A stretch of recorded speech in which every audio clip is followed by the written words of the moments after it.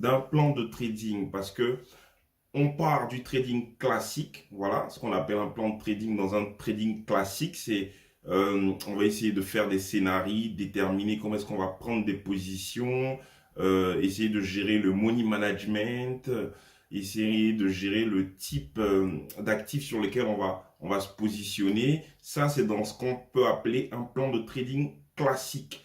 Et ben, pour le trading algorithmique, c'est la même chose. Il y a un plan de trading qui est incorporé depuis le côté fonctionnel. Donc, on s'inspire de tout ce qui est stratégie de trading pour l'implémenter de manière algorithmique. Donc, c'est la même chose, sauf que dans un algorithme, tout est beaucoup mieux structuré. Voilà, donc dans un plan de trading classique, on va gérer ce qui est money management. Le money management, c'est-à-dire combien d'argent on mise pour chaque prise de position. Si on a un capital de 100 euros, on va peut-être miser 1% par position ou 2% par position. Donc, c'est le calcul des risques avec tout ce qui est money management. Voilà. Le type d'actions sur lesquelles on va intervenir. Est-ce qu'on va intervenir sur le Forex? Est-ce qu'on va intervenir sur les actions américaines, le S&P? Donc, tout ça dans un plan de trading classique déjà.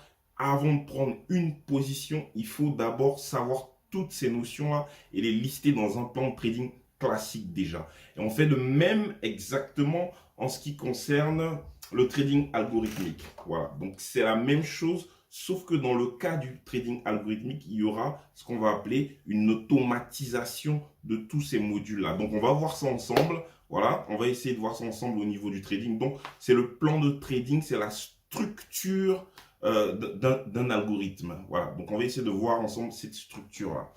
Voilà, donc on va directement entrer dans le vif du sujet. Donc on va aller sur un petit plan de présentation de ça. Voilà. Donc voilà, comme vous pouvez le voir, je vous ai fait une petite présentation pour vous montrer tout ça tranquillement afin que vous puissiez comprendre un peu de quoi il s'agit. Voilà, donc on va commencer la présentation classique. Donc, structure d'un algorithme de présentation classique. Donc, structure d'un algorithme de trading. Voilà. Donc, le sommaire, un plan de trading, structure et cycle. Donc, on va essentiellement voir ici le côté structurel, fonctionnel et technique. Ok?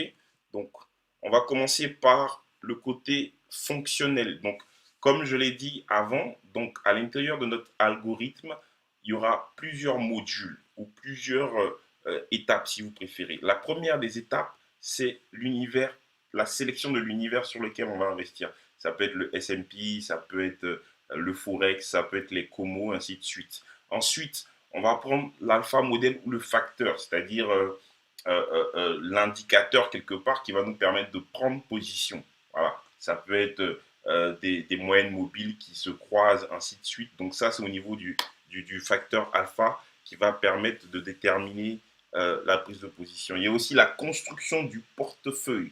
Voilà, comment est-ce que si on intervient sur plusieurs actifs, comment est-ce qu'on répartit l'intervention? C'est-à-dire, est-ce que c'est égalitaire au niveau de la distribution pour chaque actif ou est-ce que c'est comment on appelle, c'est selon d'autres critères? Voilà. Et bien sûr, il y a la partie risk management et money management pour voir si on n'est pas trop exposé par rapport à notre capital et par rapport à notre position. Donc tout ça, c'est des notions importantes quand on fait du trading. Et surtout, les débutants perdent autant dans le trading discrétionnaire parce que justement, ils ne respectent pas toutes ces étapes. L'avantage de mettre en place un algorithme, c'est que d'entrée, avant de commencer à faire tourner l'algorithme, on lui intègre toutes ces étapes qui sont des étapes importantes dans son exécution. Donc, quelque part, on s'assure de sécuriser au mieux son investissement et son trading quand on fait ça. Donc voilà, ça c'est très important. Donc euh, voilà, donc on va essayer de rapidement passer en détail tout ça. Voilà, donc voir un peu comment tout ça s'organise. Voilà, donc euh, principalement, on va, on a vu déjà comment est-ce qu'il se dégage. Voilà, donc euh, sélection d'univers. Donc comme je l'ai dit avant, sélection d'univers, on va sélectionner les actifs sur lesquels on va investir. Ça peut être le S&P, ça peut être le Como, ça peut être le Forex, ça peut être différents types d'assets ou de securities sur lesquels on va investir.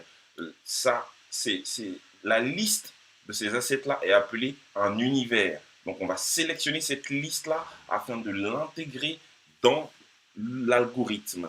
Donc voilà. Donc ça, c'est la première étape. Ensuite, on va récupérer ce qu'on appelle l'alpha modèle ou le facteur. Donc, définition des trades, signal de prédiction de l'évolution des assets. Donc, c'est l'indicateur qui va nous permettre de prédire le sens du marché ou les figures qui vont se dessiner. Voilà. Donc, ça peut être par exemple des moyennes mobiles qui vont se croiser. Ça peut être tout type d'indicateur qui va nous permettre quelque part de dire qu'on rentre en position. Voilà, donc il faut le définir. Ensuite, le portfolio construction, voilà, qui est, si vous voulez, comment est-ce qu'on organise notre portefeuille. À l'intérieur de notre portefeuille, on a sélectionné l'univers, on a déterminé les indicateurs. Maintenant, on va mettre un portefeuille qui sera composé des différents assets.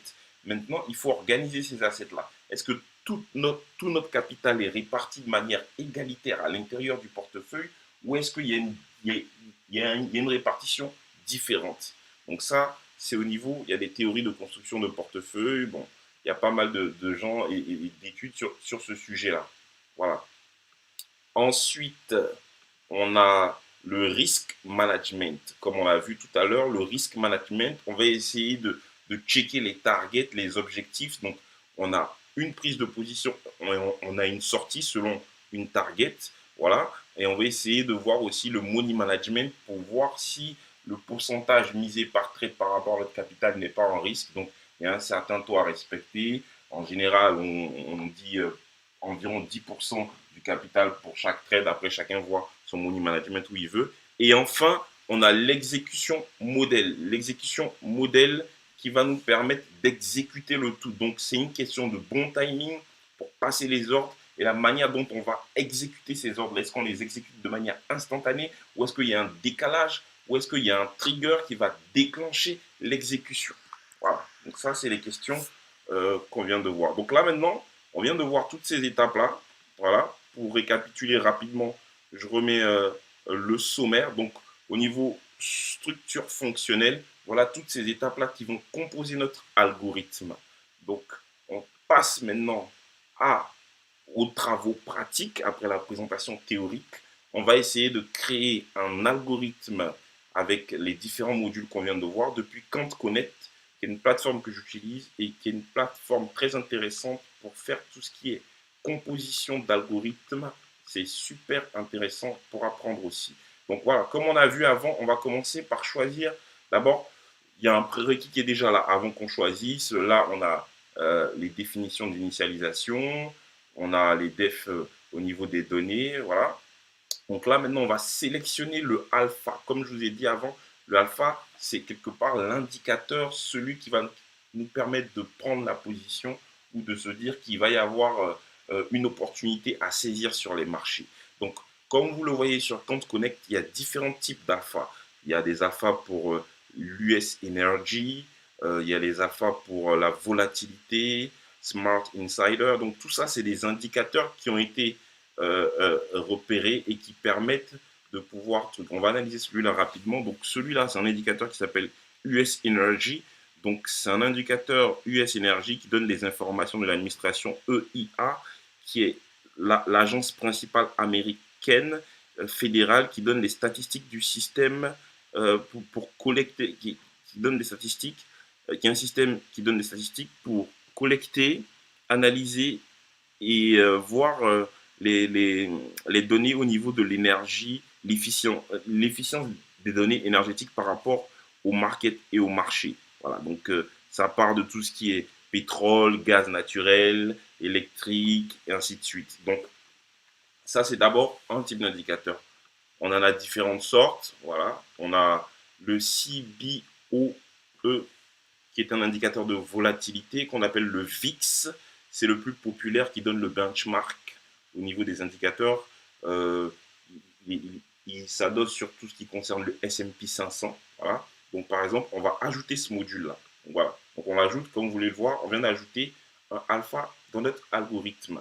Donc, déjà, l'indicateur qui va être pris dans notre algorithme, c'est celui-là. Voici la ligne que vous voyez qui a été ajoutée. Les autres lignes, c'est les dates de départ, le montant du cash. Et voilà. Et ensuite, maintenant, on va essayer de sélectionner l'univers. Comme j'ai dit, l'univers, c'est l'ensemble des assets sur lesquels on va investir. Donc, on va essayer de sélectionner ça. Voilà. Donc, on va dans la partie où on a ces assets-là, au niveau de la sélection des univers. Voilà, on est sur la sélection des univers. Comme on a déjà pris un indicateur VIX qui nous donne l'évolution de la volatilité sur le S&P 500, ben on va sélectionner comme univers S&P 500 secteur ETF backtest, tout simplement. Donc, on vient de rajouter ce module-là à notre algorithme. Donc, à l'intérieur de notre algorithme, on a l'indicateur, du moins celui qui va nous faire l'événement qui va permettre de prendre position. On a l'univers qui était sélectionné. On n'a plus qu'à récupérer au niveau de la création de portefeuille. Quel type de création de portefeuille on va récupérer? Donc, on descend, voilà. Portefeuille, voilà, on a différentes façons d'organiser notre portefeuille. On peut l'organiser par rapport à la balance du secteur, voilà, le répartir par rapport à une taille, voilà, concernant un indicateur. On a des modèles de Black Litterman pour répartir le portefeuille. On a aussi les mean reverse et aussi on peut le répartir de manière égale. On va choisir le côté égalitaire. Donc déjà, on a 1, 2, 3 parties de notre structure d'algorithme qui sont déjà faites. Donc là, maintenant, il ne nous reste plus que la dernière partie, en tout cas les deux dernières parties, qui sont l'exécution. Voilà, donc la façon d'exécuter. Donc par exemple, soit on l'exécute avec un indicateur comme le VWAP pour tout ce qui concerne les volumes, standard deviation ou immédiate. Moi, je vais prendre pour l'exemple exécution immédiate. Donc on va rajouter ça à l'algorithme et il nous reste un dernier volet qui concerne le risque, comme on a vu dans les trois parties. Voilà. Donc là, on va choisir une façon de gérer le risque.